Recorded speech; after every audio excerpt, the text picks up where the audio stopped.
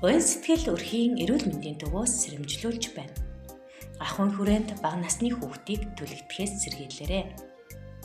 Ахуйн хүрээнд бага насны хүүхдийн түлэгдэлт өндөр байгаа тул эцэг эхчүүд хүүхдийнхээ эрүүл мэнд аюулгүй байдлыг хангаарай.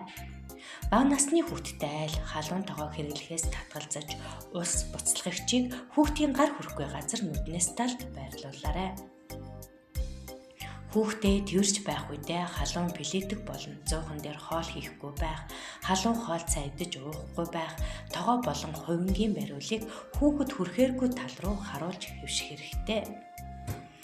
Хүүхэд гар хүрэх газар асаагуу шүдэнц байрлуулахгүй байж, зууханд хаалт хийж, тагийг заавал түгжих боломжийг бүрдүүлээрэй. Хүүхдийн гарт ойр байрлах, цэнэглэгч, тогтоо утас болон залгууруудыг далдлах, хураах, эндүү усны хайч, утасны цэнэглэгч зэргийг цахилгааны их үүсвэрээс салгаж хүүхдээс хол байлгах шаардлагатай. Хүүхдийн амны түлэгдэлтийн шалтгаан нь уртасгагчтай холбоотой байдаг тул уртасгагчийг тогны их үүсвэрээс салгаж хэвшээрэй.